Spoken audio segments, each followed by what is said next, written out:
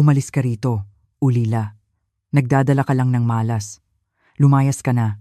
Itinapon ng biyena ni Elena ang mga maleta ng kanyang manugang sa bakuran at sinunog ang mga litrato ng kasal. Habang nasusunog ang wedding gown, humahalakhak naman ang kanyang asawa kasama ang kanyang kabit. Sa gitna ng kaguluhan, ngumiti si Elena ng malamig. Kaya pala ayos na ayos ang buhay niyo gamit ang pera ko, ano? Sa isang pindot lang sa kanyang cellphone, kinansela ang credit card na ginagamit ng kabit sa pagbili ng mga luho at hinila naman ng tow truck ang imported na kotse na pinahahalagahan ng kanyang biyenan. Ang tunay na pagkatao ng ulila at walang kakayahang manugang at ang biglaang pagbagsak ng kanyang pamilya. Nagsisimula na ngayon ang kwento. Salamat sa muli ninyong pagsama sa amin. Sana ay magkaroon kayo ng araw na puno ng kaligayahan at kagalakan. Ako ang tagahanap ng kwento, nagdadala sa inyo ng nakatagong karunungan sa mga kwento ng buhay. Pahalagahan niyo po ang panonood ng Bukas ang Puso.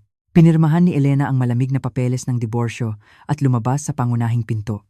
Sa gitna ng bakuran, nakatambak ang kanyang mga damit at sapatos na parang bundok ng basura.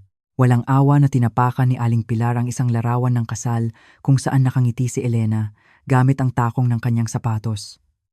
Kumalat ang matutulis na basag na salamin sa buong bakuran. Naglabas si Aling Pilar ng lighter mula sa kanyang bulsa at sinindihan ito. Sunugin lahat ng basurang ito. Kailangan nating linisin ang bahay mula sa lahat ng malas na ito.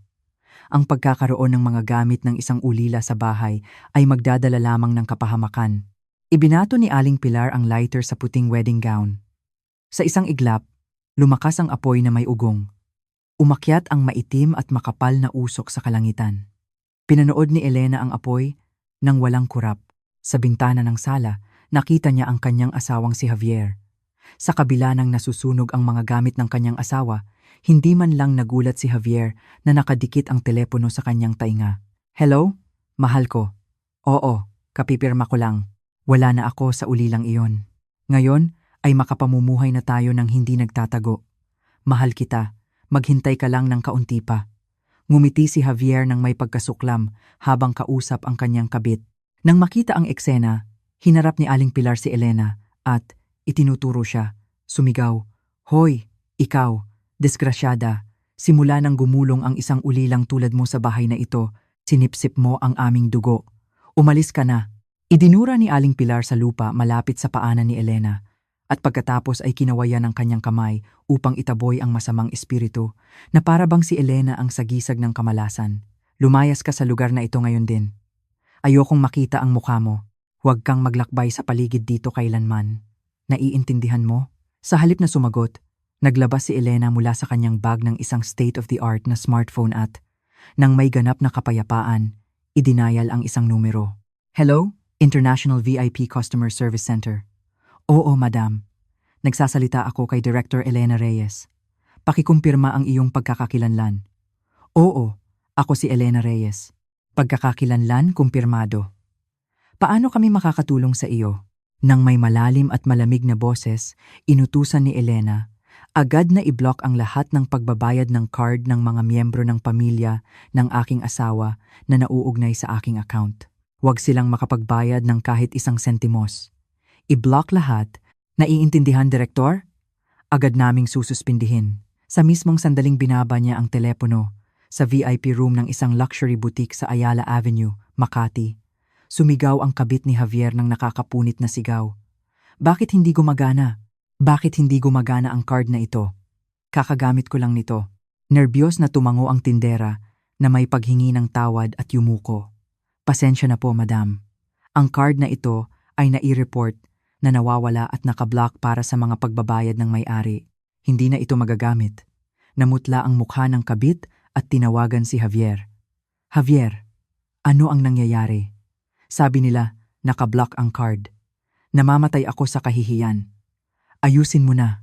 Tumakbo si Javier patungo sa kanyang ina, Aling Pilar, na parang nakasalalay ang buhay niya. Ma, may malaki tayong problema. Binlock ng bruha na si Elena ang lahat ng card. Ang mukha ni Aling Pilar ay nagliyab na parang baga. Ano? Paano nangahas ang ulilang iyon na magrebelde ng walang pahintulot? Dinaluhan ni Aling Pilar si Elena na parang isang ligaw na hayop. Tinaas niya ang kanyang kamay para sampalin siya, Ngunit hinawakan ni Elena ang kanyang pulso nang may nakakagulat na lakas. Huwag kang magkamali, biyenan. Lahat ng pera na ginastos ng pamilyang ito para magkaroon ng malaking buhay ay galing sa bulsa ko. Ngayon, tingnan natin kung paano kayo mabubuhay nang wala ang pera ko. Tinaboy ni Elena ang pulso ni Aling Pilar nang may tulak. Nawalan ng balanse si Aling Pilar at napaupo. Sa mismong sandaling iyon, isang malaking truck crane ang lumitaw sa harap ng pangunahing pinto. Ilang empleyado ng isang kumpanya ng leasing ng sasakyan ang bumaba mula rito. Ito ba ang tirahan ni Madam Pilar? Narito kami para kumpiskahin ang sasakyan. Inilagay ng isang empleyado ang isang papel sa harap ng ilong ni Aling Pilar. 3 buwan nang hindi nagbabayad ng kahit isang sentimos para sa kotse. Ipagpapatuloy namin ang agarang pagkuha ng sasakyan. Agad na kinuha ni Aling Pilar ang papel at sumigaw ng buong lakas. Pero anong kalokohan ito? Ang anak ko ang direktor ng isang kumpanya. Paano siya mawawalan ng pera? Hindi pa siya tapos magsalita nang dumating ang isa pang truck. Ngayong pagkakataon, galing sila sa kumpanya ng pag-upa ng appliances. Kukunin namin ang refrigerator, washing machine at massage chair. Kung hindi kayo magbabayad, hindi nyo ito magagamit. Sa sandaling iyon, inilabas ng driver ng pamilya ang susi ng kotse mula sa kanyang bulsa at ibinigay ito ng palihim sa empleyado ng crane. Narito, dalhin nyo na ang kotse. Si Aling Pilar, na may duguan ang mga mata, ay sumigaw sa kanya, "Hoy! Ikaw, driver! Baliw ka ba? Sino ang nagbigay sa iyo ng pahintulot na ibigay ang mga susi?" Yumuko ang driver at sumagot, "Pasensya na po, madam. Kailangan ko ring pakainin ang aking pamilya at 3 buwan na akong hindi nasuwelduhan. Nakakuha ako ng bagong trabaho kay Miss Elena. Pasensya na, kay Director Elena." Si Aling Pilar, nanginginig sa galit, ay naglabas ng isang tumpok ng mga card mula sa kanyang pitaka. "Tingnan mo, mayroon akong lahat ng mga card na ito. Bayaran mo rito, ngunit huwag mong galawin ang mga gamit ko." Idinaan ng empleyado ang isang card sa terminal. Lumampas sa limitasyon ng kredito. Inabot ni Aling Pilar ang isa pa. Ang card na ito ay lumilitaw na kinansela. Ibinuhos ni Aling Pilar ang lahat ng mga card mula sa kanyang pitaka sa lupa ng bakuran at sumigaw na parang baliw. "Subukan mo ito at ang isa pa. Subukan mo lahat, sabi ko sa iyo." Sinubukan ng mga empleyado ang mga ito isa-isa. Ngunit ang tanging tugon na natanggap nila ay ang malamig na tunog ng isang tinanggihan na pagbabayad. Bumagsak si Aling Pilar sa maruming lupa ng bakuran. Sinuntok ito. "Ay, ang buhay ko! Ang kalungkutan ko! Anong kapahamakan ito?" Bumagsak ang langit sa amin. Sa gitna ng kaguluhan, inabot ni Elena ang kanyang kamay sa mga nag-aapoy na labi ng mga litrato. Sa kabutihang palad, nakita niya ang tanging alaala ng kanyang ina na buo, isang lumang kwintas. Mahigpit niya itong hinawakan sa kanyang kamay. Sa sandaling iyon, isang nagniningning na itim na luxury sedan ang huminto sa harap ng pinto. Bumaba ang isang eleganteng nakasuot na personal assistant at magalang na binuksan ang likod na pinto. Sumakay si Elena sa kotse nang may dignidad. "Direktor, inihanda ko ang mga dokumento para sa iyong muling pagsali sa kumpanya at ang ulat para sa pagpapatalsik sa presidente." Inabot ng assistant ang isang mabigat na briefcase. Tumingin si Elena sa salamin ng kotse at inayos ang kanyang buhok na magulo ng may eleganteng kilos. Ang huling 3 taon na ito, na nagpapanggap na isang ulila at mahirap na manugang, ay nakakapagod. Tapos na ang palabas. Kumilos ang kotse ng maayos. Inilabas ni Elena ang kanyang mobile at pinindot ang isang button. Ang lahat ng impormasyon na lihim niyang nakalap tungkol sa mga maling gawain ng kanyang pamilya ay nagsimulang ipadala sa pulisya at sa media. Sa likod ng gate, ang mamahaling imported na puno na lubos na pinahahalagahan ni Aling Pilar ay binunot. Ang hardinero na hindi nabayaran ay nag-upa ng mga manggagawa upang dalhin ang mga ito. "Ang aking mga puno, ang aking mahalagang puno, mga magnanakaw," humiyaw si Aling Pilar sa sakit. Tumakbo ang kanyang anak na si Javier upang hawakan siya. "Ma, kumalma ka. Tatawagan ko ang bruha na si Elena at hihingian siya ng pera ngayon din." Sinampal ni Aling Pilar si Javier ng malakas. "Lahat ng ito ay kasalanan ko. Hindi ko alam na siya ang aming pinagmumulan ng kita at itinaboy ko siya." "Bobo." Sa loob ng kotse, binuksan ni Elena ang kwintas ng kanyang ina. Sa loob nito ay nakatago ang isang maliit na computer chip. Salamat at ligtas ka, ma.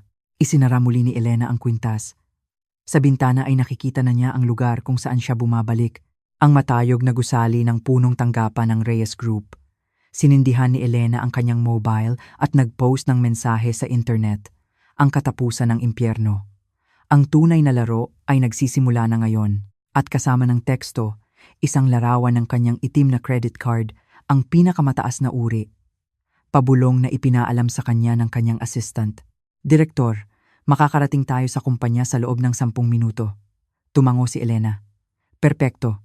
Panahon na para paiyakin ang mga basura na iyon ng luha ng dugo. Nagniningning ang tingin ni Elena sa lamig ng yelo. Kinabukasan ng alas 8 ng umaga, pumasok si Aling Pilar sa restaurant ng hotel para mag-almusal, gaya ng dati na nakataas ang noo. Bagamat nagkaroon ng kaguluhan sa kanyang bahay kinabukasan, ang takot sa sasabihin ng iba ang nagtulak sa kanya na mag-makeup at lumabas. O Aling Pilar, maligayang pagdating? Binati siya ng waiter ng may paggalang at si Aling Pilar, na may mapagmataas na hangin, ay umupo sa pinakamagandang mesa malapit sa bintana. Ngayon, dalhan mo ako ng kaunting mas sariwang salmon. Hindi ako nakatulog ng maayos kagabi at wala akong masyadong gana. Magalang na kinuha ng waiter ang order at nagtungo sa kusina. Pagkatapos ng isang masarap na almusal na binubuo ng isang mamahaling salmon dish, pinunasan ni Aling Pilar ang kanyang mga labi at tumayo ng may pagmamataas. Ang bill, alam mo, i-charge sa aking nakarehistrong card. Lumapit ang waiter na may data phone, ngunit isang hindi kanais-nais na tunog ang lumabas sa device. Madam, pasensya na? Ipinapakita ng system na tinanggihan ang pagbabayad. Biglang tumigas ang mukha ni Aling Pilar. Ano? Imposible. Hindi ba sira ang makina? Subukan mo ulit. Paulit-ulit na sinubukan ng waiter, ngunit walang silbi. Pasensya na, ngunit tinanggihan pa rin. Ipinahiwatig na kailangan ng verification ng may-ari. Ang manager, na napansin ang kaguluhan, ay lumapit. Madam, baka mayroon kang ibang card. Nanginginig ang mga kamay ni Aling Pilar na naghanap sa kanyang pitaka, ngunit sa loob ay tanging mga piraso lamang ng plastic na binlock ni Elena kinabukasan. Hindi, sandali, kailangan kong tumawag. Ang manager, na may malamig na ekspresyon, ay nag-cruise ng kanyang mga braso. Madam, hindi mo naman siguro iniisip na umalis nang hindi nagbabayad pagkatapos ng mahal na almusal na ito, hindi ba? Maraming tao ang nanonood. Huminto ang mga customer sa mga kalapit na mesa sa pagkain upang magbulungan at magkatinginan. Namula ang mukha ni Aling Pilar. Alam mo ba kung sino ako? Ako ay galing sa pamilya ng Reyes Group. Bumungisngis ang manager at malamig na sumagot. Hindi ko alam kung sino ka, ngunit kung hindi mo kayang bayaran ang bill, ang aming patakaran ay tumawag sa pulisya. Hindi, sandali, maghintay ka sandali. Mabilis na inilabas ni Aling Pilar ang mobile phone para tawagan ang kanyang anak na si Javier. Pagkatapos na, Ma, at ngayon nag-aalala ka sa almusal ng hotel? Puno ng mga inspektor ng buwis ang kumpanya.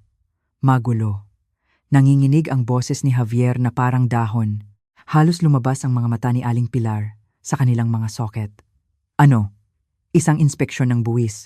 Kinumpis kanila ang lahat ng accounting books. Naka-freeze ang mga account ng kumpanya.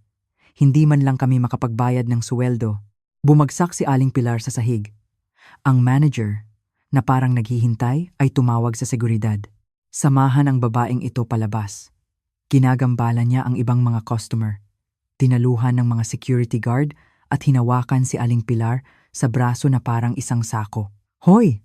Bitawan niyo ako. Huwag niyo akong hawakan. Sinipa ni Aling Pilar, ngunit wala siyang magawa laban sa lakas ng mga kabataang iyon. Pinalayas mula sa hotel, nakatayo si Aling Pilar sa bangketa na sinusubukang pigilan ang taxi upang makauwi, ngunit nang buksan niya ang kanyang pitaka, napagtanto niya na wala siyang kahit isang sentimo na pera. Sa sandaling iyon, sa malayo, nakita niya ang isa sa mga babae na kasama niyang naglalaro ng baraha. Naku, Aling Garcia, anong ginagawa niyo rito sa ganitong oras? Si Aling Pilar, na nakalimutan ang lahat ng kanyang dignidad, ay kumapit sa kanya. Ay, Aling Garcia, napapanahon ka. Naiwan ko ang pitaka ko sa bahay. Pwede mo ba akong pahiramin ng 10 peso para sa taxi? Tiningnan siya ni Aling Garcia mula ulo hanggang paa at mabilis na umatras. Ay, sayang naman. Nagmamadali kasi ako ngayon. Magkikita na lang tayo. At naglaho na parang nakakita ng may sakit. Sa huli, si Aling Pilar, na namamaga ang mga binti, ay kinailangan pang maglakad ng 1 oras para makauwi. Ngunit pagdating niya sa pinto ay nakita niya ang isang crane. Kinakabitan nila ang luxury car na dati niyang minamaneho ni Elena. Tumigil kayo. Akin ang kotse na iyan. Huwag niyo itong galawin. Ibinigay ng crane operator ang ilang papel nang walang pakialam. Tapos na ang lease contract at dahil sa hindi pagbabayad, inutusan ng head office ang pagkuha nito. Umalis ka po, pakiusap. Kumapit si Aling Pilar sa pinto ng kotse. Hindi, kung wala ang kotse na ito, paano ipapakita ng anak ko na siya ay isang direktor? Hindi niyo ito maaaring kunin. Walang awa na inalis ng operator ang kanyang kamay. Kung patuloy kang manghihimasok, tatawagan namin ang pulisya. Ito ay isang legal na pamamaraan. Sa harap ng mga mata ni Aling Pilar, isinakay ang kotse sa crane at lumayo. Lito, pumasok si Aling Pilar sa bahay. Sa sofa ng sala, nakaupo si Javier. Gulo ang buhok. Javier, anong nangyayari? Ito ay isang bangungot. Itinaas ni Javier ang kanyang ulo. Duguan ang kanyang mga mata. Umalis na ang lahat ng empleyado. Nagpoprotesta sila sa pasukan ng kumpanya. Hinihingi ang kanilang mga sahod na hindi pa nababayaran. Galit na hinawakan ni Aling Pilar si Javier sa kwelyo ng kanyang kamisa. Wala kang silbi. Paano mo na idala ang kumpanya sa ganitong sitwasyon? Biglang bumitaw si Javier sa kanyang ina. At ano ang ginawa ko? Pinlano ng bruha na si Elena ang lahat para pahirapan tayo. Lubusan tayong nasira. Sa sandaling iyon, bumukas ang pangunahing pinto at pumasok ang 2 lalaki na nakaitim na suit na malinaw na mga nagpapautang. Naku, Ginoong Javier, narito ka pala. Si Javier, takot na takot, ay nagtago sa likod ng sofa na parang isang daga. Sino kayo? Ito ang bahay ko. Ngumiti ang isa sa mga lalaki nang may pagkasuklam at naglabas ng isang dokumento. Naalala mo ba ang utang na kinontrata mo sa pagsusugal 30 taon na ang nakakaraan? Ang binayaran ng iyong asawa na si Elena? Tapos na ang usapang iyon noon. Hindi! Kinamot ng lalaki ang baba ni Javier. Ibinenta sa amin ni Aling Elena ang utang na iyon ng mura. Ngayon, kailangan mong bayaran sa amin. Pumagit na si Aling Pilar at sumigaw. Magkano? Malapit na kaming makatanggap ng pera. Eksaktong 3 milyong peso kasama ang interes. Sumigaw si Aling Pilar at muntik nang himatayin. Ano? Kinaskas ng lalaki ang kanyang mga daliri bilang babala. Bibigyan ka namin ng 1 linggo. Kung hindi ka magbabayad, kailangan naming kunin ang isa sa iyong magagandang daliri, direktor. Nang umalis ang mga mang-aapi, bumagsak si Aling Pilar sa sahig at umiyak ng walang humpay. Ay, ang buhay ko, ang kalungkutan ko. Anong kapahamakan ito kung hanggang kahapon ay tinatawag pa akong ginang? Nanginginig na inilabas ni Javier ang kanyang mobile. Ma, wala nang ibang paraan. Kailangan nating tawagan si Elena at magmakaawa. Kung hihingi tayo ng tawad sa kanya, tiyak na lulambot ang puso niya. May mabuti siyang puso. Inagaw ni Aling Pilar ang telepono at ibinato sa sahig. Kailanman, mas gugustuhin ko pang kagatin ang dila ko at mamatay kaysa lumuhod sa ulilang iyan. Hindi pa siya tapos magsalita. Biglang namatay ang mga ilaw ng bahay. Sa kabila ng pagiging araw, nagdilim ang bahay. Ano ang nangyayari? Bakit nawala ang kuryente? Nagtungo si Javier upang suriin ang metro at tumakbo pabalik. Ma, pinutol na ang kuryente dahil sa hindi pagbabayad at sinasabi sa bill na malapit na ring putulin ang tubig. Nanginginig mula ulo hanggang paa, sumandal si Aling Pilar sa pader. Elena, ang ahas na iyan, pinlano niya ang lahat mula pa sa simula. Gusto niya tayong dahan-dahan sirain. Bumulong si Javier sa dilim, na parang nawawalan ng pag-iisip. Nagpalaki tayo ng tigre sa sarili nating bahay. Sa paghapon, isang kandila lamang ang nagpapailaw sa bahay. Si Aling Pilar, na nakaupo sa harap ng kumikislap na apoy, ay naalala ang mukha ni Elena. Elena, hindi ako mananatili ng nakapikit. Kakaladkarin kita kasama ko sa impyerno. Ang anino ni Aling Pilar ay nakasalamin sa pader na mahaba at nakakatakot. Ilang araw pagkaraan, sa hapon, isang matandang babae na mukhang baliw ang lumitaw sa lobby ng punong tanggapan ng Reyes Group. Ito ay si Aling Pilar. na hanggang kamakailan ay itinuturing na isang dakilang babae. Magulo ang kanyang buhok na parang pugad at marumi ang kanyang mga damit, na parang isang linggo na siyang hindi nagpapalit. Hoy, pupunta ako para makita si Presidente Reyes. Hayaan niyo akong pumasok. Pinigilan siya ng matatangkad at malalaking security guard. Madam, nang walang appointment ay hindi kayo makakapasok. Pakiusap, umalis na po. Nagsimulang sumigaw si Aling Pilar ng buong lakas na nagpaalingaw-ngaw sa buong lobby. Hoy! Hoy! Mga bulag! Alam niyo ba kung sino ako? Ako si Aling Pilar. Ako ay naging parang kapatid ni Presidente Reyes sa loob ng 30 taon. Lumayo kayo sa aking daan ngayon din. Sumimangot ang isang security guard at kinuha ang kanyang walkie-talkie. Mayroon tayong isang babae na mukhang pulubi na nagkakagulo sa lobby. Halika't kunin siya. Nang tumakbo ang mga lalaking nakaitim na suit patungo sa kanya, nagsimulang sumipa si Aling Pilar at gumawa ng gulo. Paano kayo nangahas na hawakan ako? Ako si Aling Pilar. Sabi ko sa inyo. Bitawan niyo ako. Walang awa na pinigilan ng mga security guard si Aling Pilar sa sahig. Wala kaming pakialam kung sino ka. Kung sumigaw ka ulit, tatawagan namin ang pulisya. Tumahimik ka. Sa sandaling iyon, biglang lumiwanag ang malaking screen sa lobby. Binabati namin si Elena Reyes, bagong direktor ng strategic planning ng Reyes Group. Lumitaw ang mukha ni Elena sa screen. Naganap na pinuno ito. Sa kanyang eleganteng kasuotan at tiwala sa sarili ng ngiti, mukha siya isang tunay na tagapagmana ng isang mayamang pamilya. Si Aling Pilar, na nakahiga sa sahig, ay kinusot ang kanyang mga mata at tumingin sa screen. Ano iyon? Siya ba ang manugang sa bahay ko? Hindi ba iyan ang mukha ng ulila na iyon? Sa sandaling iyon, bumukas ang mga pinto ng pribadong elevator. Lumitaw si Elena na napapalibutan ng ulap ng mga assistant. Ang tunog ng kanyang mga takong ay umalingaw-ngaw sa lobby. Huminto si Elena sa harap ni Aling Pilar na nakahiga sa sahig. Bienan, hindi ito lugar na pwedeng puntahan ng sinuman. Mukhang hindi kayo bagay dito. Anong ginagawa niyo rito? Ngumiti si Elena ng kalahating ngiti, malamig at mapang-uyam. Ngapa nga si Aling Pilar. Anong ginagawa mo rito? Ang anak ng Presidente Reyes. Anong kalokohan ang sinasabi mo? Yumuko si Elena at bumulong sa tainga ni Aling Pilar. Ayan, sa wakas napansin mo. Medyo huli na, di ba? Ako ang nag-iisang tagapagmana ng dugo ni Presidente Reyes. Ako si Elena Reyes. Napahawak si Aling Pilar sa batok niya at nagsimulang lumabas ang bula sa bibig. Ay, Diyos ko, hindi ito posible. Nagpalaki tayo ng tigre. Bumagsak si Aling Pilar sa sahig. Si Elena, nang walang pakialam, ay nagtungo sa isang security guard. Tumawag ng 911, hindi natin pwedeng hayaang mamatay ang isang customer sa masamang paraan sa lobby ng ating kumpanya.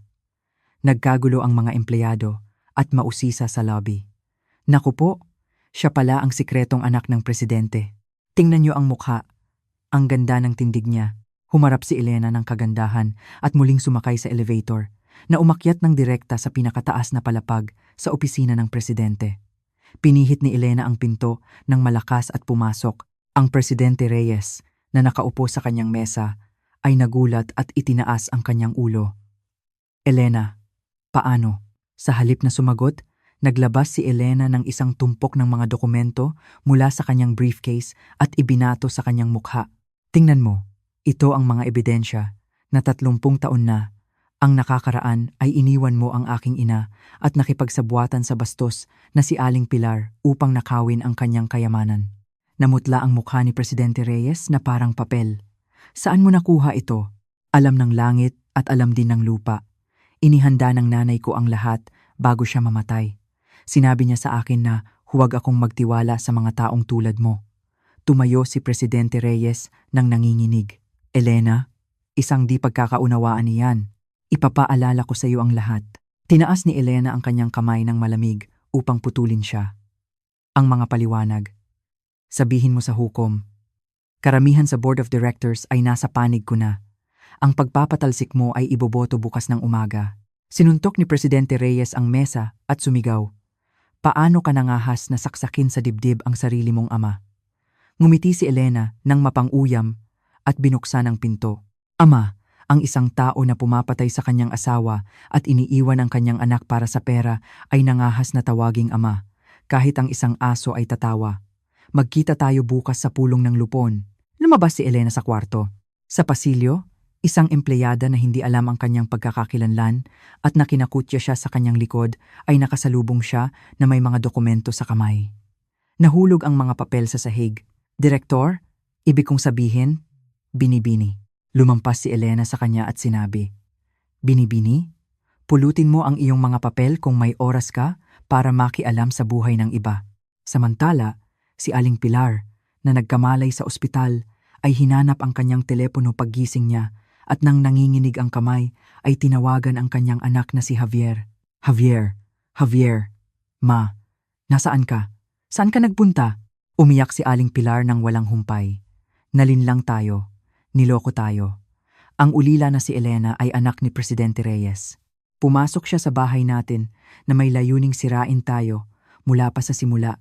Nagkaroon ng mahabang katahimikan sa kabilang linya. Javier, sagutin mo ako. Bakit ka hindi sumasagot, Ma?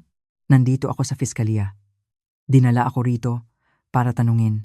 Malamang isinumbong ni Elena ang lahat sa piskalya dahil sa pandaraya ng pondo ng kumpanya. Naputol ang tawag. Ibinato ni Aling Pilar ang telepono sa sahig. Sa sandaling iyon, bumukas ang pinto ng kwarto at pumasok ang isang matandang babae na nasa wheelchair. Ikaw ba si Aling Pilar? Ang tagal na. Nagkuyom ang mga mata ni Aling Pilar at tiningnan siya. Sino ka?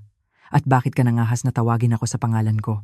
Lumapit ang matandang babae na nakasakay sa wheelchair at tinitigan siya sa mata.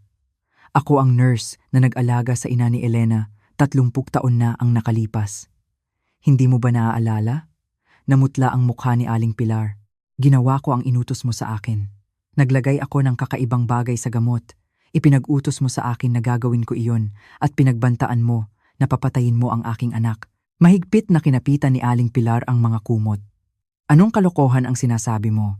Hindi kita kilala. Lumabas ka rito. Naglabas ang matandang babae ng isang dilaw na papel mula sa kanyang pitaka.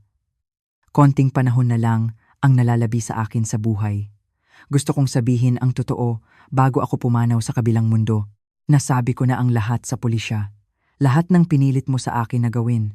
Inalis ng matandang babae ang kamay ni Aling Pilar at umalis kasama ang kanyang wheelchair. Gumulong si Aling Pilar sa sahig ng kwarto at sumigaw. Hoy! Bumalik ka rito. Sa sandaling iyon, tumunog ang telepono ni Aling Pilar. Isang hindi kilalang numero. Hello Aling Pilar, makinig ka ng mabuti. Inihahanda ni Presidente Reyes ang lahat para ikulong ka ng sapilitan sa isang mental hospital at patahimikin ka. Isang pribadong ambulansya ang kararating lang sa pasukan ng ospital. Naputol ang tawag. Tumingin si Aling Pilar sa bintana at, sa katunayan, isang itim na ambulansya ang nakaparada sa harap ng ospital. Hindi! Kung mahuli nila ako rito, tapos na ako. Pinunit ni Aling Pilar ang intravenous line mula sa kanyang braso gamit ang kanyang ngipin. Dumaloy ang dugo, ngunit hindi siya nakaramdam ng takot. Sa sandaling binuksan niya ang pinto upang tumakas, nakasalubong niya si Elena. Saan ka pupunta? Bienan. Kailangan mong sumakay sa ambulansya na ipinadala sa iyo ni Presidente Reyes. Inabot ni Elena ang isang papel kay Aling Pilar. Ito ay isang order ng admission sa isang mental hospital na may selyo ni Presidente Reyes, ang walang utang na loob na iyon. Paano niya nagawang gawin ito sa akin? Habang nagngingit-ngit ang ngipin ni Aling Pilar, naglagay si Elena ng isang maliit na susi sa palad nito. Ito ang susi sa lihim na safety deposit box ni Presidente Reyes. Sa loob niyan ay ang lahat ng kalokohan na ginawa niyo ni Aling Pilar. Bumulong si Elena sa tainga ni Aling Pilar na may nakakakilabot na boses. Bienan, ngayon gamitin niyo ang pera na labis ninyong mahal upang patayin ang isa't isa. Iyon ang regalo ko sa inyo. Mahigpit na kinapitan ni Aling Pilar ang susi na halos basagin ito. Puno ng impyernong galit ang kanyang mga mata. Kinabukasan ng umaga, ang conference room para sa presentasyon ng mga bagong proyekto ng Reyes Group ay talagang magulo. Habang nagbibigay ng matayog na talumpati si Presidente Reyes, si Aling Pilar, na magulo ang buhok at mukhang baliw, ay tumalon sa entablado. Huwag kayong malinlang. Ang taong ito, si Presidente Reyes, ang pinakamalaking manloloko sa mundo. Sumabog ang mga flash ng kamera at nagsiksikan ang mga mamamahayag na parang pulot. Namutla ang mukha ni Presidente Reyes at sumigaw. Saan nanggaling ang babaeng baliw na ito? Alisin niyo siya rito. Naglabas si Aling Pilar ng isang tumpok ng mga papel mula sa kanyang damit at ikinaway sa hangin. Subukan niyo akong alisin kung kaya ninyo. Nakasulat dito kung paano niyo pinagtaksilan ang iyong unang asawa. 10 taon na ang nakalipas at inagaw ang kumpanyang ito. Ang taong ito ay isang magnanakaw na bumuo ng kanyang imperyo sa pagnanakaw ng kayamanan ng kanyang asawa. Dinaluhan ng mga mamamahayag ang entablado, itinutok ang kanilang mga mikropono. Si Aling Pilar, humihingal na sumigaw, kasabwat din ako. Tinulungan ko siyang patayin ang babaeng iyon ayon sa kanyang mga utos. At ngayon, para patahimikin ako, sinubukan niya akong ikulong sa isang mental hospital. Tingnan niyo, ito ang order of admission na pirmado ni Presidente Reyes mismo. Nang ipakita ni Aling Pilar ang papel sa mga kamera, si Presidente Reyes, desperado, ay tinawag ang kanyang mga bodyguard. Ngunit ang mga bodyguard na sinuhulan na ni Elena ay nanatiling tahimik na parang mga estatwa ng kahoy. Hoy, mga wala kayong silbi, hindi nyo ba nakikilala ang inyong boss? Isara nyo ang bibig ninyo ngayon din. Sunod-sunod ang mga tanong ng mga mamamahayag. Totoo ba iyan, Ginoong Presidente? Talaga bang nakipagsabwatan ka para patayin ang iyong unang asawa? Si Presidente Reyes, na nagnanais na lamunin siya ng lupa, ay tinakpan ang kanyang mukha at mabilis na tumakas sa kwarto. Nang gabing iyon, ang mga balita sa buong bansa ay nagbunyag ng iskandalo. Si Elena sa kanyang opisina ay nanonood ng balita na walang ekspresyon. Sa sandaling iyon, pumasok ang kanyang assistant na tumatakbo. Namutla na parang kandila. Direktor, ang koponan ng presidente ay naglunsad ng counter-attack. Ibinigay nila sa piskalya ang mga record na di umano'y nagpapatunay na ninakaw mo ang mahalagang teknolohiya mula sa kumpanya ng iyong pamilya sa loob ng 3 taon na ikaw ay kanilang manugang. Tumayo si Elena ng bigla. Imposible. Hindi ko kailanman ginawa iyon. Nabuhay ako bilang isang simpleng may bahay. Anong teknolohiya ang nanakaw ko? Perpektong pineke ni Presidente Reyes ang mga email at accounting books at inireklamo ka sa industrial espionage. Papunta na ang piskalya. Hindi pa siya tapos magsalita, pumasok ang mga ahente ng piskalya na nakaitim na naglalakad ng may lakas. Director Elena Reyes, ikaw ay inaresto dahil sa di umano'y krimen ng pagbubunyag ng mga lihim ng industriya. Maghanap sa buong opisina. Sumigaw ang mga empleyado at lumipad ang mga papel sa sahig. Ikinabit kay Elena ang malamig na posas at inilabas sa gusali. Napalibutan siya ng ulap ng mga mamamahayag na nagpapa-flash sa kanyang mukha. Direktor, totoo ba na ikaw ay isang espiya na nagtaksil sa iyong pamilya? Kinagat ni Elena ang kanyang labi at nang siya ay papasakay na sa kotse, may biglang humawak sa kanyang braso. Ito ay ang kanyang ex-asawa na si Javier. Ngumiti si Javier ng may kasamaan at bumulong sa kanyang tainga. Naku, Elena, ano ang itsura mo? Paano nangahas ang isang ulila na makialam sa hindi niya dapat? Nasabi ko na sa presidente ang lahat ng iyong plano ng paghihiganti. Salamat doon, ay pinatawad na niya ang lahat ng aking utang. Nanginginig ang mga mata ni Elena sa galit. Ikaw, paano mo nagawang gawin ito sa akin? Nasabi ko rin kung saan mo tinago ang iyong sikretong accounting book. Tapos ka na, maghanda kang mabulok sa kulungan. Mula sa kotse, sinubukan ni Elena na tawagan si Piskal Santos, ngunit tanging isang malamig na automated message lamang ang kanyang narinig. Ang kanyang assistant, umiiyak, ay nagsabi, Direktor, si Piskal Santos ay inaresto rin at iniimbestigahan dahil sa panunuhol. Inayos na ng presidente ang lahat. Si Elena, napakiramdam niya, ay gumuguho ang mundo, ay dinala sa kanyang bahay, ngunit ang bahay ay ganap na magulo, na parang nilooban. Tumakbo si Elena sa kanyang opisina, ngunit walang laman ang safe at nawala ang mga mahahalagang alaala ng kanyang ina. Hindi, ang mga gamit ng nanay ko. Habang umiiyak si Elena sa sahig, bumukas ang pangunahing pinto at pumasok si Presidente Reyes na may mapagmataas na hangin. Elena, anong pakiramdam ng maging katulad ng iyong ina nang siya ay mamatay? Pararanasin kita ng pagdurusa at dahan-dahang mamamatay, tulad niya. Hinawakan ng mga bodyguard si Elena sa braso na parang isang sako. Dinala si Elena sa isang liblib na mansyon sa labas ng bayan at ikinulong sa basement. Nagsara ang pintong bakal ng may ugong at nilamon siya ng ganap na dilim. Kinapa ni Elena ang malamig na pader. Biglang napansin ng kanyang mga daliri ang mga nakaukit na letra. Binasa niya ito ng dahan-dahan. Elena, pasensya na. Ito ang huling mensahe na inukit ng kanyang ina na nakakulong sa parehong lugar 20 taon na ang nakakaraan, na kinayasan ng pader hanggang sa mahulog ang kanyang mga kuko. Kumapit si Elena sa pader at sinuntok ang kanyang dibdib na umiiyak ng walang humpay. Ma! Naging mayabang ako. Sinira ko ang lahat. Sa sandaling iyon, bumukas ang pintong bakal at lumitaw si Javier na may wedding magazine. Elena, ikakasal ako sa susunod na buwan. Ang nobya ay galing sa isang napakahalagang pamilya. Walang kinalaman sa iyo, isang ulila. Tingnan mo ito at batiin mo ako. Ibinato ni Javier ang magazine sa kanyang mukha at umalis na humahalakhak, isinasara ang pinto ng nakakandado. Si Elena, na parang nasaktang hayop, ay bumagsak sa malamig na sahig at nawalan ng malay. Ma, sa tingin ko, ito na ang katapusan ko. Sa sandaling iyon, may bumagsak sa maliit na bintana ng basement. Nagpumilit si Elena na gumapang upang makita kung ano ito. Isang maliit na buwig ng susi at isang gusot na tala. Hindi pa tapos. Bumalik ka sa dati. Nanginginig ang kamay ni Elena na kinapitan ang mga susi. Sa kanyang mga mata, na puno ng kawalan ng pag-asa noon, ay muling nagliyab ang isang asul na apoy ng paghihiganti.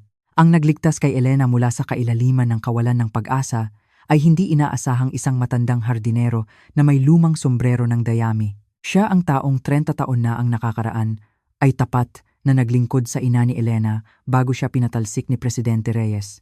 Ang matandang lalaki na nakabitin sa mataas na bintana ng basement ay bumulong habang humihingal.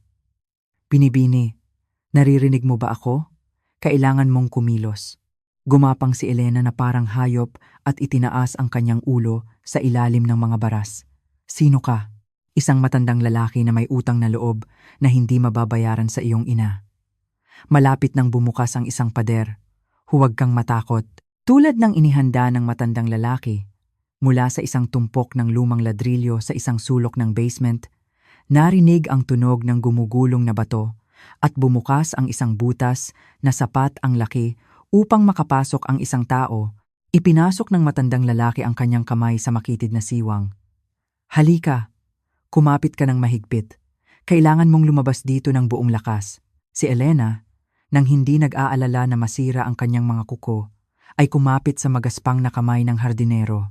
Matapos hirap na gumapang sa isang makitid at mamasa-masang tunnel, lumabas siya. Sa gitna ng katahimikan ng gabi, inalis ng matandang hardinero ang kanyang Amerikana at kinumutan ang nanginginig na balikat ni Elena.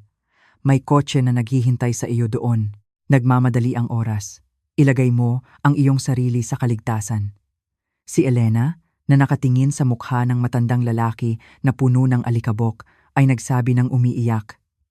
Sir, maraming salamat po. Paano ko po mababayaran ang pabor na ito? Yumuko ang matandang lalaki ng malalim at kinawayan ang kanyang kamay. Walang anuman, binibini. Ibinabalik ko lang ang pagmamahal na natanggap ko mula sa iyong ina. Umalis ka na. Ang kotse na sinakyan ni Elena ay pumasok sa dilim patungo sa isang liblib na templo sa kailaliman ng mga bundok. Pagdating sa bakuran ng templo, sa ilalim ng buong buwan, isang babae na may nakasisilaw na ganda ang naghihintay na nakatayo. Bagamat mukhang nasa 60 taong gulang, taglay niya ang dignidad ng isang babaeng may mataas na pinagmulan. Ikaw siguro si Elena. Bumaba si Elena sa kotse nang may maingat na tingin. Sino ka? At bakit mo ako hinihintay? Dahan-dahang lumapit ang babae at malungkot na hinaplos ang maruming mukha ni Elena. Tinatawag ako ng mga tao na Doña Isabel. Ang iyong ina at ako ay higit pa sa magkapatid, na pinagbuklod ng isang pagkakaibigan na mas malakas pa sa dugo. Napansin ni Doña Isabel ang kalagayan ni Elena at pinagsabihan siya ng may kalupitan. Anong mga anyo ito? Ang isang taong naghahanap ng paghihiganti ay maaaring magpakita ng ganito kahina. Upang talunin ang kalaban, kailangan mong maging 100 beses na mas malupit at mas malakas kaysa sa kanya. Mahigpit na hinawakan ni Doña Isabel si Elena sa braso at dinala siya sa isang lihim na silid sa loob ng templo. Binuksan niya ang isang mabigat na safe at naglabas ng isang tumpok ng mga dilaw na dokumento na may edad na. Tingnan mo. Ito ang testamento na ipinagkatiwala sa akin ng iyong ina bago siya namatay bilang paghahanda sa anumang posibleng mangyari. At ito, naglagay si Doña Isabel ng isang mabigat na bank book sa kamay ni Elena. Ito ang 15% ng shares ng Reyes Group, ang huling lifeline na lihim na inilihis ng iyong ina para sa iyo. Nanginginig ang kamay ni Elena nang buksan niya ang bank book. Ma, ginawa mo ang lahat ng ito para sa akin. Oo. Nagtiwala ang nanay mo na babalik ka at inihanda ang lahat. Kaya tumigil ka na sa pag-iyak. Hindi gumagalaw ang mundo sa luha ng kalungkutan, kundi sa kapangyarihan ng pera. Mula kinabukasan ay nagsimula ang impyernong pag-eensayo ni Elena. Ibinato ni Doña Isabel sa kanya ang isang tumpok ng komplikadong kontrata. Narito ang isang kontrata ng pagkuha ng kumpanya. Hanapin mo ang mga bitag na inilagay ng kabilang panig sa loob ng 10 minuto.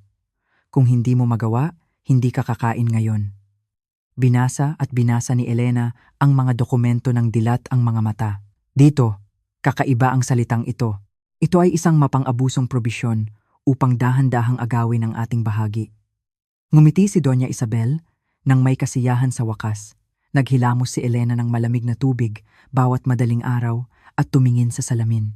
Nawala na ang anino ng ulila at inabuso na manugang at sa kanyang mga mata ay nagsimulang sumilay ang isang kinang na bakal. Isang araw, si Mateo na nagbitiw sa piskalya ay tumakbo sa templo. Nang makita niya si Elena na nakikipag-usap kay Doña Isabel sa bakuran, sumigaw siya ng humihingal. Binibining Elena. Tumakbo si Elena nang nakayapak sa kanyang mga bisig. Niyakap siya ni Mateo ng mahigpit, na para bang natatakot na masira siya. Salamat sa Diyos at buhay ka. Hindi mo alam kung gaano ako nag-alala. Inilubog ni Elena ang kanyang mukha sa dibdib ni Mateo at umiyak ng walang humpay. Pasensya na Mateo, dahil sa akin ay nasira ang iyong karera. Pinunasan ni Mateo ang kanyang mga luha at matatag na sinabi, "Huwag mong sabihing iyan. Mula ngayon ako ang iyong espada at kalasag. Sisiguraduhin kong hindi makakabangon ang mga masasamang tao na iyon." Sa legal na pananalita, pagkalipas ng 1 linggo, ganap na nagbago si Elena. Naglagay siya ng kaakit-akit na nunal sa kanyang mukha, pinutol ang kanyang buhok sa modernong estilo at nagsusuot ng intelektual na salamin. Sa salamin ay wala na ang ulila na manugang, kundi isang malamig na mamumuhunan. Mula ngayon, tawagin niyo akong Jasmine. Kinulpi ni Doña Isabel ang kanyang mga tuhod at tumawa. Perpekto, kahit ang tuso na si Presidente Reyes ay hindi mahahalata na ikaw ang kanyang anak. Nagdala si Mateo ng isang na-recover na video mula sa isang black box. Ang aksidente na sinapit ni Aling Pilar ay malinaw na isang pagtatangka ng pagpatay na inutos ni Presidente Reyes. Malamig na pinanood ni Elena ang video at pinindot ang save button. Ngayon na ang oras para putulin ang hininga ni Presidente Reyes. Isa-isa, bumaba si Elena sa lihim na operating room na inihanda sa basement ng templo. Sa maraming screen ay detalyadong sinusubaybayan ang mga pinagmumula ng pondo ni Presidente Reyes at ang mga galaw ng kanyang mga kaanak. Tinuro ni Mateo ang isang monitor at sinabi, ang kanang kamay ni Presidente Reyes, si Ginoong Romero, ay lihim na nakikipagkita kay Javier. Mukhang nagpaplano silang sakupin ang kumpanya. Umikot ang mga labi ni Elena sa isang ngiti. Kailangang mag-away ang mga magnanakaw. Ipinadala ni Elena ng anonymous kay Ginoong Romero ang mga peking ebidensya na pinaplano ni Javier na ipagtaksil siya. Kinabukasan, napuno ang screen ng eksena ni Ginoong Romero na hinawakan si Javier sa leeg at nakikipag-away. Gumagana. Sisirain nila ang kanilang sarili dahil sa di pagtitiwala sa isa't isa. Naghain si Doña Isabel ng mabangong tsaa at pinayuhan. Magaling, ngunit huwag kang magpabaya. Sa sandaling mawalan ka ng pagpipigil, ang mangangaso ay nagiging biktima. Nang gabing iyon, ikinabit ni Elena ang maliit na chip ng kwintas ng kanyang ina sa computer, ngunit habang sinusuri ang listahan ng mga file, nanlaki ang kanyang mga mata sa takot. Sa isang lihim na dokumento ng kanyang ina, ay lumitaw ang pangalan ni Doña Isabel, ang kanyang pinakapinagkakatiwalaang kakampi. Lumapit si Mateo na may alarma. Ano ang nangyayari? May problema ba? Nanginginig ang kamay ni Elena na itinuro ang screen. Tingnan mo ito. Bakit lumitaw ang pangalan ni Doña Isabel sa mga record ng nanay ko bago siya namatay? Muling bumilis ang tibok ng puso ni Elena. Sa huli ba ng tiwala ay naghihintay ang isa pang impyerno? Isang linggo pagkaraan, si Elena, na lubusan ng nabura ang imahe ng mapagpakumbabang manugang ng nakaraan, ay nagpakita sa punong tanggapan ng Reyes Group bilang Jasmine, isang sopistikadong dayuhang mamumuhunan na nakasuot ng suit at salamin. Tumayo ang assistant nang bigla nang makita siya at iginiya siya ng may magalang na pagyuko. Madam Jasmine, hinihintay ka ng presidente ng may pagkasabik. Dito po, pakiusap. Nang bumukas ang pinto ng opisina ng presidente, tumayo si Presidente Reyes nang bigla upang salubungin siya. Madam Jasmine, napakahabang biyahe. Tuwang-tuwa ako na makita ka. Maligayang pagdating. Eleganteng inabot ni Elena ang kanyang kamay upang makipagkamay. Isang karangalan na makilala ka, Ginoong Presidente. Si Presidente Reyes, nang walang pagdududa na ang kanyang sariling anak ang nasa harapan niya, ay tiningnan siya mula ulo hanggang paa nang may paghanga. Narinig kong ikaw ay isang mahusay na mamumuhunan sa ibang bansa. Pinahahalagahan ko ang iyong interes sa aming kumpanya. Sumagot si Elena nang may malamig at mapagmataas na boses. Narinig ko na ang Reyes Group ay dumadaan sa mga kahirapan sa pinansyal. Gusto ko kayong tulungan. Nagniningning ang mga mata ni Presidente Reyes sa kasakiman. Magkano ang handa mong ipuhunan? Naglabas si Elena ng isang dokumento mula sa kanyang briefcase at ipinasok ito sa kanya. Iniisip ko ang halos 500 milyong peso na cash. Nang marinig ang halaga na 500 milyon, nanginginig ang kamay ni Presidente Reyes. At 500 milyon ay isang nakakagulat na halaga. Sumipsip si Elena ng mabangong tsaa at nagpatuloy. Ngunit upang tanggapin ang aking pera, mayroong isang medyo mahigpit na kondisyon. Bilang isang mamumuhunan, hindi ko maaaring hayaang masayang ang aking mahalagang pera.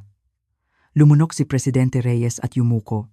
Sabihin mo sa akin kung anuman, gagawin ko ang lahat ng ipinapakiusap mo. Inilabas ni Elena ang dokumento at matatag na sinabi. Una, ilagay bilang garantiya ang isang bahagi ng kontrol sa pamamahala at ikalawa, agad na alisin si Ginoong Javier mula sa pangunahing linya ng pamamahala. Nagulat si Presidente Reyes at nanlaki ang kanyang mga mata. Kay Javier ko, bakit? Siya ang anak ko. Sa huli, ngumiti si Elena ng malamig. Pamilya sa negosyo. Ang mga walang kakayahang tao ay isang cancer sa aking kumpanya. Kung hindi mo gusto, maaari nating kalimutan ang kasunduan na ito. Nagpanggap si Presidente Reyes na nag-aalangan sandali, ngunit dahil sa 500 milyong peso na nasa harapan niya, agad niyang pinirmahan ang kontrata nang walang pag-aalinlangan. Sige, ganoon ang mangyayari. Agad kong sisipain ang walang silbi na si Javier. Kinuha ni Elena ang kontrata at ngumiti ng malamig sa kanyang sarili. Sinipa mo ang sarili mong anak sa iyong sarili mong mga kamay. Nagsisimula pa lang ito, samantala si Javier, na pinatalsik sa kumpanya at walang mapuntahan, ay nilulunod ang kanyang kalungkutan sa isang maruming bar. Hoy, waiter, isa pang bote. Habang nanginginig si Javier sa kalasingan, lumapit sa kanya ang isang lalaki na mukhang matigas mula sa kabilang mesa at hinawakan siya sa leeg. Hoy, Javier, alam mo bang dahil sa iyo ay nalugi ang aming kumpanya? Ibalik mo ang pera ko, manloloko. Bitawan mo ako. Alam mo ba kung sino ako? Ako ang direktor. Bumagsak ang kamao ng lalaki sa mukha ni Javier nang may malakas na tunog. Gumulong si Javier sa sahig at dinala siya ng pulisya sa istasyon. Nakaupo sa malamig na sahig ng selda, lumapit sa kanya ang isang lalaki mula sa katabing selda. Hoy, ikaw si Javier, di ba? Pinababatid ni Elena ang kanyang pagbati. Halos lumabas ang mga mata ni Javier sa kanilang mga socket. Ano, Elena? Paano niya nalaman na nandito ako? Naglabas ang lalaki ng isang recorder mula sa kanyang bulsa at itinapat sa kanyang ilong. Kung gusto mong mabuhay, ikumpisal mo rito ang lahat ng kasalanan na nagawa mo. Kung hindi, lalabas ka rito ng patay. Nanginginig na sumiksik si Javier sa isang sulok.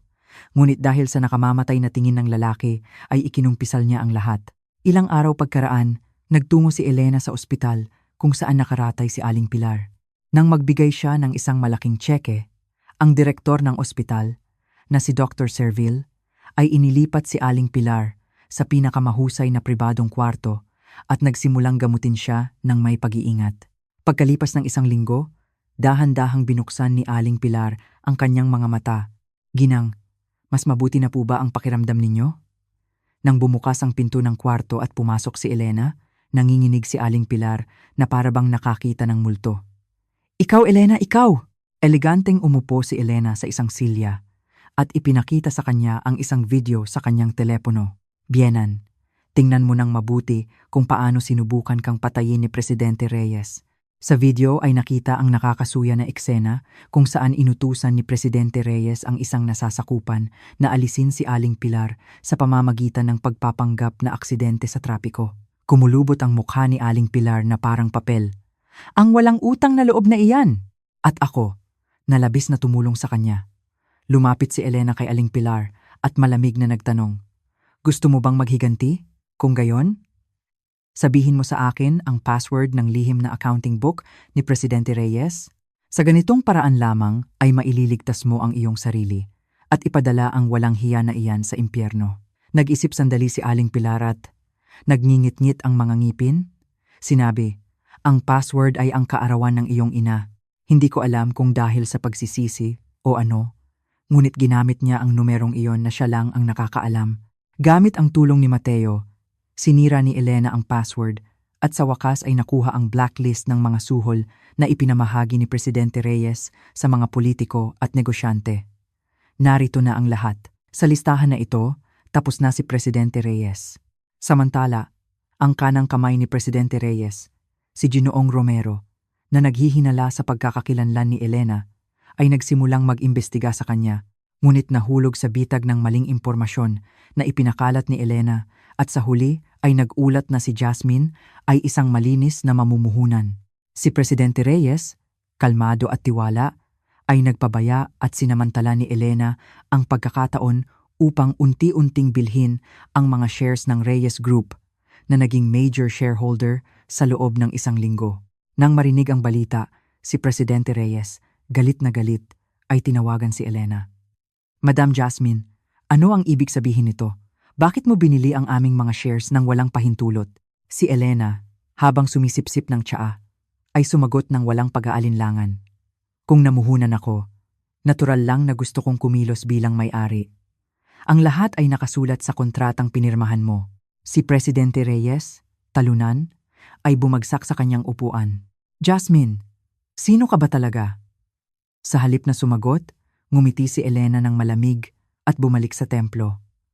Naghihintay si Doña Isabel at tinapik siya sa balikat. Magaling, Elena. Panahon na para tanggalin ang maskara at muling maging ang tunay na Elena Reyes. Si Elena, habang tumitingin sa salamin, ay bumulong. Malapit na akong magtagumpisa. Sa umaga ng meeting ng mga shareholders, nagsuot si Elena ng eleganteng asul na suit. Ito ang damit na pinahahalagahan ng kanyang yumaong ina. Tumayo si Elena sa harap ng salamin at isa-isang inalis ang nunal at peluka na ginamit niya upang itago ang kanyang pagkakakilanlan. Sa salamin ay wala na ang mamumuhunan na may tingin na bakal, kundi ang tunay na Elena Reyes, marangal at may tiwala sa sarili. Si Mateo, na nasa tabi niya, ay inilagay ang kanyang kamay ng mahigpit sa kanyang balikat at nagtanong, "Handa ka na ba, Elena?" Si Elena, habang tumitingin sa salamin, ay sumagot ng maikli at matatag, "Oo, panahon na para tapusin ang lahat ng impyerno na ito." Nang lumitaw si Elena sa lobby ng punong tanggapan ng Reyes Group, nagkaroon ng malalim na katahimikan. Ang mga empleyado, isa-isa, ay nakilala siya at tinakpan ang kanilang mga bibig, pinipigilan ang isang sigaw. Hindi ba iyan si Director Elena? Ang sinasabi nilang namatay? Diyos ko, hindi ka panipaniwala ito. Paano siya nakabalik? Nang walang pakialam sa mga bulungan, lumakad si Elena ng matatag patungo sa conference room na umalingaw-ngaw ang kanyang mga takong sa lobby. Sa entablado, si Presidente Reyes, na walang kamalay-malay sa lahat, ay nakangiti at nagbibigay ng kanyang talumpati. Minamahal na mga shareholders, ngayong taon, sa ilalim ng aking pamumuno, ang Reyes Group.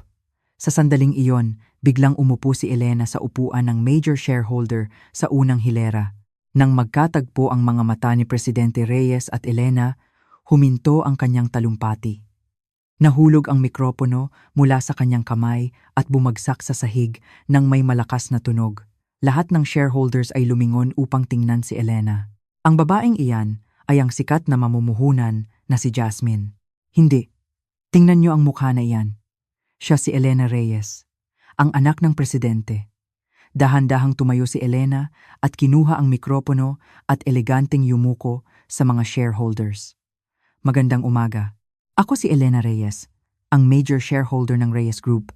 Isang malakas na palakpakan ang umalingaw-ngaw sa silid. Si Elena, na may malamig na tingin, ay tiningnan si Presidente Reyes sa entablado at itinuro ang screen. Mula ngayon, isa-isa kong ibubunyag ang mga kakilakilabot na krimen na itinago ng taong nakatayo roon. Sa malaking screen ay nagplay ang isang audio file. Ang kasuklam-suklam na boses ni Presidente Reyes ay umalingaw-ngaw sa mga speaker ng silid. Alisin niyo si Aling Pilar sa pamamagitan ng pagpapanggap na aksidente. Isara niyo ang kanyang bibig magpakailanman. Nang tahimik, tumayo ang mga shareholder sa kanilang mga upuan at sumigaw. Ano ito? Subukan mong pumatay ng isang tao. Ang taong iyan ay isang mamamatay tao. Si Presidente Reyes, takot na takot, ay sinubukan na tumakas sa entablado, ngunit bumukas ang pinto at pumasok si Mateo kasama ang ilang ahente.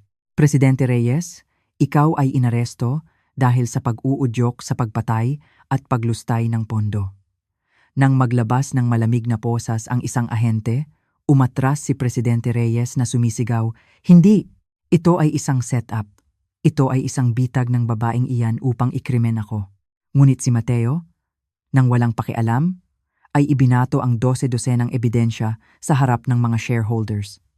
Ikinabit kay Presidente Reyes ang mga posas. Dinuraan siya ng mga shareholders at binato ng mga papel, inilabas ang kanilang galit. Alisin niyo siya rito, manloloko. Dinala si Presidente Reyes palabas ng silid. Muling kinuha ni Elena ang mikropono at umakyat sa entablado. Panahon na para pumili ng bagong presidente. Muli kong babangon ang Reyes Group. Nangangako akong pananatilihin ang trabaho ng lahat ng manggagawa at pamamahalaan ang kumpanya ng may transparency. Sa napakalaking suporta ng mga shareholders, si Elena ay itinalagang presidente sa mismong pagpupulong na iyon. Tumalon ang halaga ng shares sa real time. Pagkatapos ng pagpupulong, nagtungo si Elena sa opisina ng presidente. Inalis ang lahat ng maruming bagay ni Presidente Reyes na nasa mesa at inilagay ang isang larawan ng kanyang kabataan kasama ang kanyang ina sa pinakamaliwanag na lugar. "Ma, sa wakas na ibalik ko na ang lugar mo. Nagtagumpay ako." Sa sandaling iyon, maingat na pumasok ang assistant at nagulat. "Presidenta, dumating na si Aling Pilar." Si Aling Pilar, na nakasakay sa wheelchair, ay pumasok na mukhang kaawa-awa. "Bibigyan mo ako ng apartment na ipinangako mo sa akin, di ba?"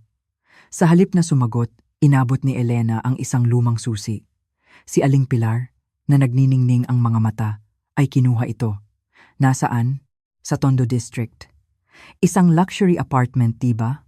Nang makita ni Aling Pilar ang address na isinulat ni Elena, namutla ang kanyang mukha na parang papel. "Hindi ba ito ang lumang apartment na tinitirhan mo?" Ngumiti si Elena ng malamig. "Tama, iyan ang bahay na ibinigay mo sa akin. Sinasabing iyon ang perpektong lugar para sa isang ulila. Ipinagawa ko itong eksaktong katulad ng kung paano ko kinailangan tiisin. Tirahan mo diyan ang natitirang bahagi ng iyong buhay at magbayad para sa iyong mga kasalanan." Sumigaw si Aling Pilar at umikot kasama ang wheelchair. Ngunit sa pasilyo ay tanging ang eko lamang ng kanyang walang humpay na pag-iyak ang nanatili. Kinabukasan, nang buksan ni Aling Pilar ang pinto ng apartment, ang mga pader ay natatakpan ng mga dilaw na papel. "Ulila na walang silbi. Umalis ka at mamatay ka." Iyon ang lahat ng malupit na salita na sinabi ni Aling Pilar kay Elena. Bumagsak si Aling Pilar sa sahig at, habang ginugulo ang kanyang buhok, nagsimulang sumigaw na parang baliw. Samantala, ang kanyang ex-asawa na si Javier, na gumagala sa mga lansangan, ay nakita sa isang malaking screen ang balita ng pagtalaga kay Elena. Nang makita niya si Elena na nakangiti na nakaupo sa presidential armchair, nang hina ang mga binti ni Javier at bumagsak siya sa sahig. "Ako iyon. Itinaboy ko ang kapalaran ng aking buhay sa pinto. Baliw ako. Iiiwasan ng mga dumadaan si Javier. na umiiyak ng walang humpay sa sahig na para bang isang. Pagkatapos ng kanyang paghihiganti, nagtungo si Elena sa libingan ng kanyang ina, inilagay ang nagniningning na plaka ng presidente sa harap ng lapida at umiyak ng walang humpay. Niyakap siya ni Mateo mula sa likod. Napahirapan ka, Elena. Tapos na ba talaga ang lahat? Maaari ba tayong maging masaya? Tumango si Mateo at nangako. Oo naman, wala nang makakasakit sa iyo. Pagkalipas ng isang linggo, sunod-sunod ang mga alok ng pakikipagtulungan kay Elena mula sa mga kumpanya sa buong mundo. Itinalaga niya ang matandang hardinero bilang tagapayo ng kumpanya at pinanatili si Doña Isabel bilang pinagkakatiwalaang kaalyado sa kanyang tabi. Presidenta, napakagaling mong lumaki. Sa mga salita ng hardinero, ngumiti si Elena ng maningning. Perpekto ang lahat, ngunit ng gabing iyon, isang pulang sobre ang inabot sa kanyang mesa. Nagulat si Elena. Binuksan ito at isang litrato ang nahulog mula rito. Sa lumang litrato ay nakita ang ina ni Elena, si Doña Isabel at si Presidente Reyes na magkayakap at masayang nakangiti. Biglang namutla ang mukha ni Elena. Sa loob ng sobre ay may isa pang tala. Nagsisimula na ngayon ang tunay na laro. Mag-ingat ka sa katabi mo. Tiningnan ni Elena ang litrato ng nanginginig ang kamay. Sa labas, nilamon ng dilim ang lahat at nagsimulang bumilis ang tibok ng kanyang puso. Sa loob ng sobre ay may isa pang maliit na computer chip na kasing laki ng kuko. Nang ikabit ni Elena, nang nanginginig ang kamay, ito sa computer, nagsimulang mag-play ang isang lumang video na may pagkagulo. Ito ay isang recording mula 30 taon na ang nakakaraan na may ina ni Elena na nakaratay sa kama ng walang lakas. Sa sandaling iyon, bumukas ang pinto ng kwarto at pumasok ang isang guwapong kabataan. Adrian! Sumigaw si Elena. Ang Adrian sa video ay ang anak ni Doña Isabel at isang matandang kaibigan ni Elena. Nang umupo si Adrian sa tabi ng kanyang ina at hinawakan ang kanyang kamay, mahina niyang sinabi, Adrian, kahit wala ako, pakiusap, alagaan mo ng mabuti ang aking Elena.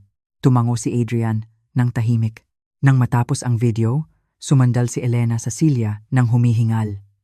Matagal na ring kilala ni Adrian ang nanay ko.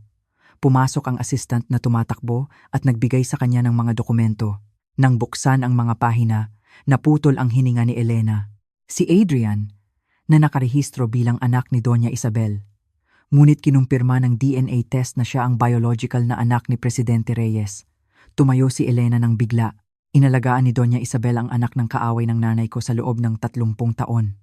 Nanginginig sa galit at pagtataksil, agad na tinawagan ni Elena si Doña Isabel. Hello, Madam Isabel? Ipaliwanag mo ngayon din. Si Adrian ay anak ni Presidente Reyes. Anong kalokohan ito? Natahimik sandali si Doña Isabel at pagkatapos ay sinabi ng may malamig na boses, mag-usap tayo ng personal. Pumunta ka sa templo. Tumakbo si Elena sa templo. Si Doña Isabel, na nakatayo sa ilalim ng buwan, ay naghain sa kanya ng tsaa. Ibinato ni Elena ang tasa at sumigaw. Totoo bang anak ni Presidente Reyes si Adrian? Bakit mo itinago sa akin? Akala ko kaibigan ka ng nanay ko. Sumipsip si Doña Isabel ng tsaa at ganap na nagbago ang kanyang ekspresyon. Sumagot, sa simula, tinulungan talaga kita dahil sa iyong ina. Ngunit nang malaman kong anak ni Presidente Reyes ang anak ko na si Adrian, nilamon ako ng kasakiman. Kung mailalagay ko si Adrian sa presidential armchair, magiging akin ang Reyes Group na ito, di ba? Umatras si Elena ng takot na takot. Kaya pala, mula pa sa simula, ginamit mo ako para pabagsakin si Presidente Reyes at agawin ang pwesto. Nagpanggap kang kaibigan ng nanay ko para ipagkasal ako na parang biktima? Ngumiti si Doña Isabel nang may pagkasuklam at tumayo. Elena, hindi ginagawa ang negosyo sa sentimentalismo. Sino sa tingin mo ang iyong kaalyado magpakailanman sa mundong ito? Bukas sa shareholders meeting, magpapakita ako ng musyon upang patalsikin ka. Nasuhulan ko na ang lahat ng shareholders gamit ang pera ko. Pumalakpak si Doña Isabel at lumitaw ang mga bodyguard na nakaitim at pinalibutan si Elena. Hirap na nakatakas si Elena sa templo, sumakay sa kanyang kotse at tinawagan si Mateo. Mateo, may nangyaring kakilakilabot. Pinagtaksilan tayo ni Doña Isabel. Ngunit sa kabilang linya ay narinig ang isang maikling sigaw ni Mateo na sinundan ng isang malakas na tunog. Mateo! Mateo! Sagutin mo! Naputol ang tawag! Si Elena, na parang baliw, ay sumigaw sa driver. Sa ospital. Dali, kailangan kong makita si Mateo. Ang nakita niya sa salamin ng ICU ng ospital ay nakalulungkot. Si Mateo ay natatakpan ng puting benda at hirap na humihinga sa tulong ng respirator. Umiling ang doktor at bumuntong hininga. May nagtangkang patayin siya ng may sadyang intensyon. Nagkaroon siya ng malubhang traumatismo sa ulo at hindi namin masisigurado kung siya ay magigising. Ipinatong ni Elena ang kanyang noo sa malamig na salamin at umiyak ng luha ng dugo. Mateo, dahil sa akin ay ganito ka. Pasensya na. Talagang pasensya na. Kinabukasan, si Adrian, na dati niyang kaibigan, ay pumasok sa opisina ng presidente na sinisipa ang pinto. Umupo siya ng mayabang sa sofa, ipinag-cross ang kanyang mga binti at sinabi, Elena, tigilan mo na ang pagiging matigas ang ulo at magpakasal ka sa akin. Kung gagawin mo iyon, hahayaan kitang panatilihin ang iyong mga shares. Baliw ka ba? Ipagtataksil mo ang iyong kaibigan at ngayon ay mag-aalok ka ng deal? Ngumiti si Adrian ng malamig. Kung hindi, sisipaan ka ng walang sentimo. Alam mo naman kung gaano katakot ang nanay ko. Kapag naganap na ang shareholders meeting, tapos ka na. Nang umalis si Adrian, bumagsak si Elena sa sahig at hinawakan ang kanyang ulo. Wala na siyang mapagkakatiwalaan. Bilang huling paraan, nagtungo siya upang tingnan si Presidente Reyes na nasa kulungan. Ano ang kahinaan ni Doña Isabel? Dapat alam mo iyon. Ngumiti si Presidente Reyes nang may kasamaan at nagbigay sa kanya ng address. Ang lihim na safety deposit box ni Doña Isabel ay dapat nandoon. Doon mo makikita ang mga ebidensya upang sirain siya sa isang iglap. Sabi nila, ang kaaway ng aking kaaway ay aking kaibigan. Ang ironiya. Si Elena, nang walang pag-aalinlangan, ay nagtungo sa address na iyon. Ngunit habang lumalabas siya sa visiting room, ngumiti si Presidente Reyes na ipinapakita ang kanyang mga ngipin. Kawawang tanga. Hindi niya alam na nagkasundo na kami ni Doña Isabel? Papunta siya sa impyerno. Umakyat si Elena sa ikatlong palapag ng isang luma at madilim na gusali. Sa sandaling binuksan niya ang pinto, nang maingat, nagkaroon ng pagsabog at sumiklab ang pulang apoy sa lahat ng dako. Ito ang bitag ng apoy na inihanda ni Doña Isabel para sa kanya. Tulong! Iligtas niyo ako! Agad na napuno ng usok ang silid at si Elena, na umuubo, ay sinubukan na tumakas sa hagdanan ngunit hinaharangan siya ng mga apoy. Sinunog ng mainit na usok ang kanyang baga at nawalan siya ng malay. Mateo, ito na ba ang katapusan ko? Hirap na nakalabas si Elena sa gusali at bumagsak sa sahig. Sa malayo ay narinig ang tunog ng ambulansya at lumubog ang kanyang paningin sa ganap na dilim. Si Elena, na milagrosong nakaligtas sa sunog, ay hirap na nagmulat ng kanyang mga mata sa kama ng ospital. Masakit ang buong katawan niya, na parang binugbog siya. Tumakbo ang isang nurse upang suriin ang kanyang kalagayan. Mas maayos na po ba kayo? Alam niyo po ba kung nasaan kayo? Si Elena, na may basag na boses, ay itinuro ang kanyang mga mata. Ano ang nangyari sa aking mga mata? Wala akong makita. Ang nurse, na nagpapailaw sa kanya ng flashlight, ay maingat na sumagot. Nakalanghap ka ng masyadong maraming usok sa sunog at pansamantalang nawalan ka ng paningin. Malapit ka ng gumaling. Huwag kang mag-alala. Si Elena, habang nakatingin sa malabong kisame, ay nagngingit-ngit ang mga ngipin. Sa sandaling iyon, biglang bumukas ang pinto ng kwarto at narinig ang hindi kaaya-ayang mga yapak. Sino iyan? Sino iyan? Ako iyan, disgrasyada. Ang iyong ex-asawa, si Javier. Tumayo si Javier sa tabi ng kama at ngumiti ng may pagkasuklam. Si Elena, na bulag, ay sumigaw. Anong ginagawa mo rito? Hindi ka aalis. Sa halip na sumagot, walang awa na tinapakan ni Javier ang puting kamay ni Elena gamit ang kanyang sapatos. Ang ganda mo, Elena. Ang pagpapanggap na presidente at ang pagtatapos na ganito. Magdaraos si Doña Isabel ng shareholders meeting bukas para tapusin ka ng tuluyan. Tapos ka na. Kinutya ni Javier si Elena na sumisigaw sa sakit, idinura siya sa sahig at umalis. Si Elena, na nakahawak sa kanyang natapakan na kamay, ay umiyak ng luha ng dugo. Hindi ako susuko ng ganito. Kailanman. Sa paghapon, si Elena, sa kabila ng kanyang pagkabulag, ay hirap na nakatakas sa ospital, sumakay ng taxi at nagtungo sa isang lumang abandonadong mansyon na binili ng kanyang ina habang buhay. Habang kinakapa ang mga pader, nakarating siya sa isang lihim na safety deposit box na nakatago sa kailaliman ng basement. Isa-isa niyang idiniyal ang mga numero ng kaarawan ng kanyang ina. Nang ikabit niya ang USB na nakita niya sa loob ng safety deposit box sa kanyang laptop, narinig niya ang kakilakilabot na pag-uusap noong araw na nagplano si Doña Isabel at Adrian na patayin ang kanyang ina. Adrian, kailangan nating alisin ang ina ni Elena para ikaw ang maging may-ari ng kumpanyang ito. Ibabalita natin na si Presidente Reyes ang salarin. Ang malamig na boses ni Doña Isabel ay nagpatindig ng balahibo ni Elena. Agad na tinawagan ni Elena si Presidente Reyes na nasa kulungan. Narinig mo, ginamit ka ni Doña Isabel para gawin kang mamamatay tao at ilagay ang sarili niyang anak sa pagkapangulo. Sa kabilang linya, ang paghinga ni Presidente Reyes ay naging parang hayop. Ang bruha na iyon ay nangahas na linlangin ako. Nakawin ang aking anak upang subukan akong patayin. Ama, ang iyong anak na si Adrian ay ngayon ang papet ni Doña Isabel. Sa kanyang kapangyarihan, ay maari mong i-freeze agad ang mga lihim na account ni Doña Isabel, di ba? Huwag kang mag-alala. Kahit nasa kulungan ako, sa tingin mo ba ay hindi ko kayang putulin ang isang simpleng pinagmumulan ng pondo? Paiyakan ko siya ngayon din ng luha ng dugo. Kinabukasan, natanggap ni Doña Isabel ang kakilakilabot na balita mula sa bangko na ang lahat ng kanyang account ay na-freeze at sumigaw siya. Sa sandaling iyon, pumasok si Elena na sinisipa ang pinto. Jasmine, ang mga mata ko. Eleganteng inalis ni Elena ang kanyang itim na salaming pang-araw. Isang himala. Diba? Mukhang tinulungan ako ng langit upang makita ng aking sariling mga mata kung paano kayo lumulubog sa kahirapan. Ibinato ni Elena kay Adrian na pumasok sa likod niya ang mga resulta ng DNA test. Adrian, tingnan mo ng mabuti. Ikaw ang biological na anak ni Presidente Reyes na labis mong kinasusuklaman.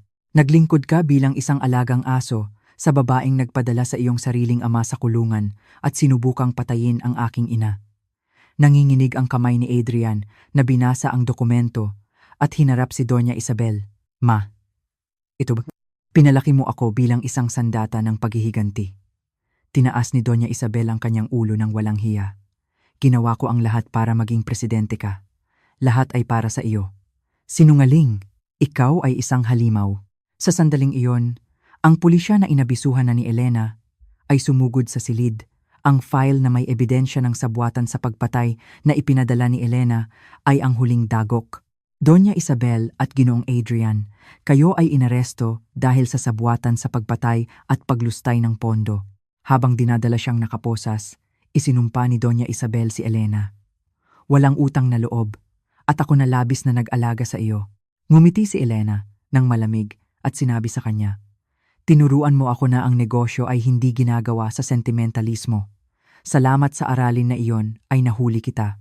Lumayo ang tunog ng mga sirena ng pulis at tumakbo si Elena sa ospital upang yakapin si Mateo na nagising na. Umiyak ang dalawa ng luha ng kagalakan bilang pagdiriwang ng kanilang tagumpay. Sa korte, nag-away si Doña Isabel at Presidente Reyes na para bang papatayin ang isa't isa. Lahat ng ito ay dahil sa iyo. Wala kang silbi. Kaya nangyari ang lahat ng ito. 3 beses na pinukpok ng hukom ang martilyo at sinaway sila ng mahigpit. Pareho silang nahatulan ng halos habambuhay na pagkakakulong.